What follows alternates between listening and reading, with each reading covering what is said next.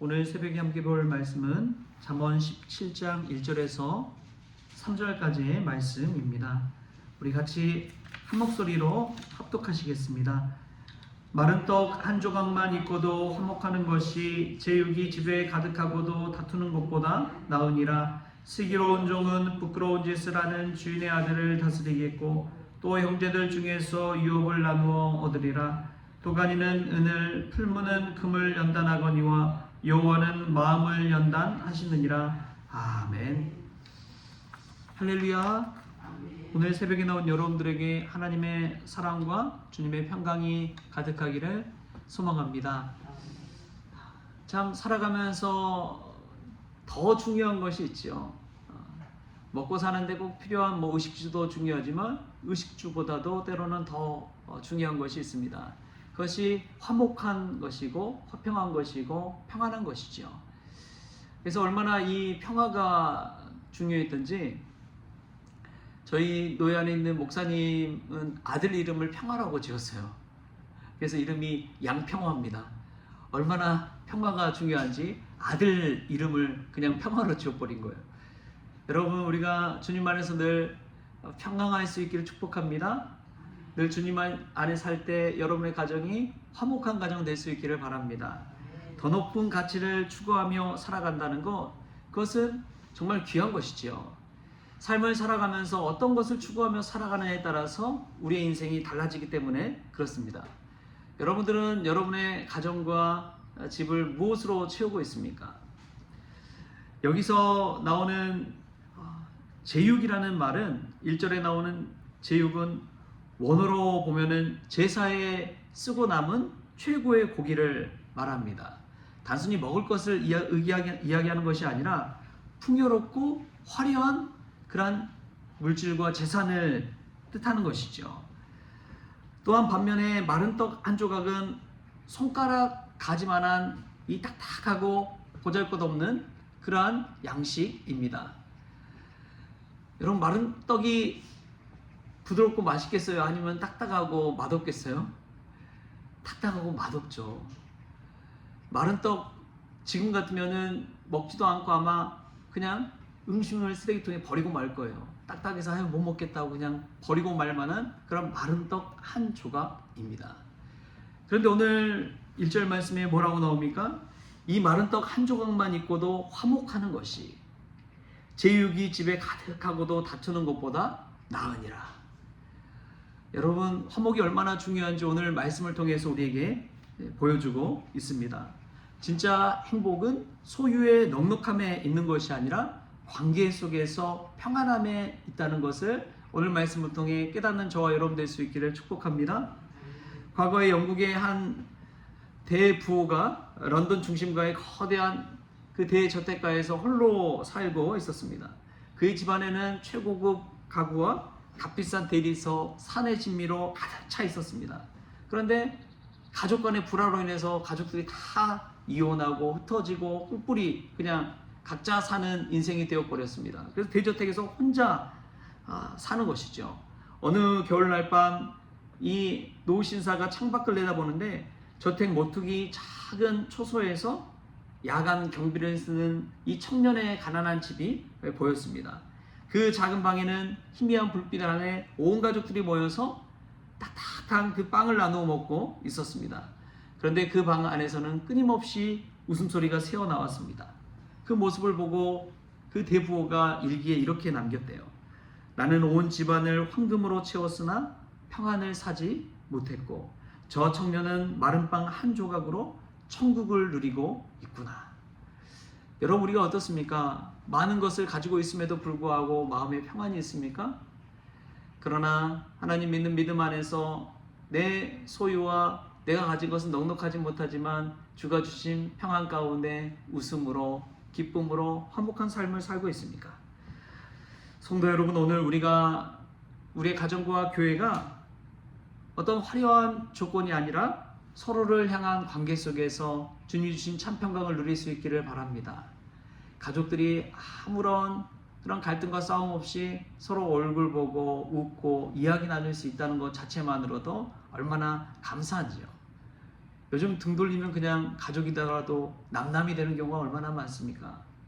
우리가 주님 안에서 참 화평함을 누리는 믿음의 성도님들 될 수 있기를 축복합니다. 또 보면은 오늘 2절 말씀에 이런 말씀이 나옵니다. 우리 2절 말씀 같이 한번 읽어볼까요? 시작. 슬기로운 종은 부끄러운 짓을 하는 주인의 아들을 다스리겠고 또 형제들 중에서 유업을 나누어 얻으리라. 아멘. 우리가 2절 말씀 그냥 쉽게 넘어갈 수도 있지만 이 성경 말씀이 쓰이던 시대는 신분제 사회였습니다. 주인과 종이 확실히 구분되는 시대였어요.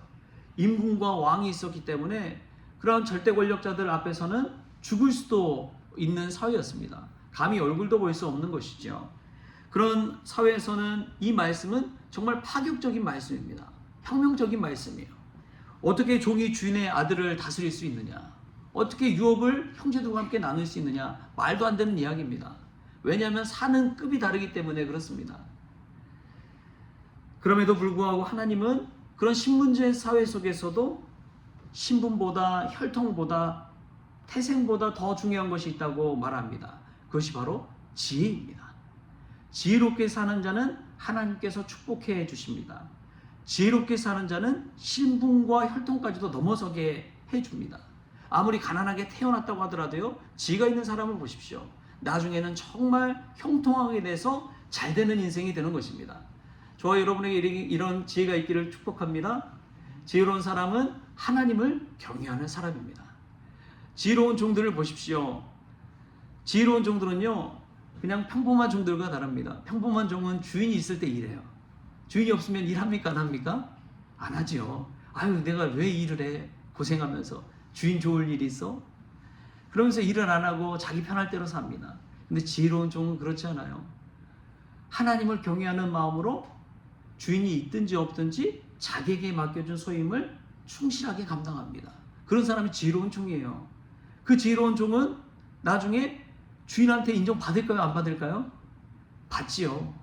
주인이 눈앞에 보지 않아도 믿을 만한 종이잖아요. 신뢰할 만한 종이잖아요. 믿고 맡길 만한 종이잖아요. 그래서 그런 종에게 1달란트, 2달란트, 5달란트 다 맡기는 거예요. 그리고 떠납니다. 갔다 왔더니 지혜로운 종은 5달란트 맡겼더니 5달란트를 더 벌어놨어요. 2달란트 맡겼더니 2달란트를 더 벌어놨어요. 그럼 얼마나 신나겠습니까? 그 벌어온 돈, 그 달란트에서 주인이 너무 기분 좋으니까 이 지혜로운 종에게 1달란트든 2달란트든 더 떼어주지 않겠어요. 오히려 형제들에게 줄 유업보다도 좀 더 나눠주지 않겠습니까? 지혜로운 종은 그와 같습니다. 하나님을 경외하며 산다는 것은 나의 신분, 나의 태생 그거 바라보며 사는 것이 아니라 내게 주신 사명 바라보며 사는 사람이 지혜로운 아들인 줄 믿습니다. 지혜로운 종이 되는 줄 믿습니다. 여러분, 사실은 저와 여러분 다 종이에요. 누구의 종입니까? 주님의 종입니다. 저와 여러분 다 주님의 종이에요. 주님이 다 보고 계십니다. 그런데 우리가 주신 사명 어떻게 감당하고 있습니까? 교회 안에서만 감당하고 있습니까? 아니지요. 주님이 교회 안에만 계신 것이 아니잖아요. 우리 가정에서도 있고 직장에서도 있고 일터에서든 어디든 계시는 분이 우리 주님입니다. 우리가 주님의 종임을 늘 깨닫고 어디서든지 지혜로운 종으로서 쓰임받는 사명 감당하는 저와 여러분 될 수 있기를 축복합니다. 또 오늘 말씀 보면은 3절에 이렇게 나옵니다. 도가니는 은을, 풀무는 금을 연단하거니와 여호와는 마음을 연단하시느니라. 여러분, 우리 하나님은 우리의 마음을 보십니다. 우리의 마음을 달아보세요. 때로 살아가면서 생각지도 못한 그런 경험을 할 때가 있죠. 이런 사람이 다 있나 하는 사람을 만나기도 하고, 생각지 못한 사고를 당해서 또 질병이 찾아오고 해서 어려움을 겪을 때도 있습니다. 그때 우리 주님께서 그런 고통과 고난 중에 보시는 것이 우리의 마음입니다.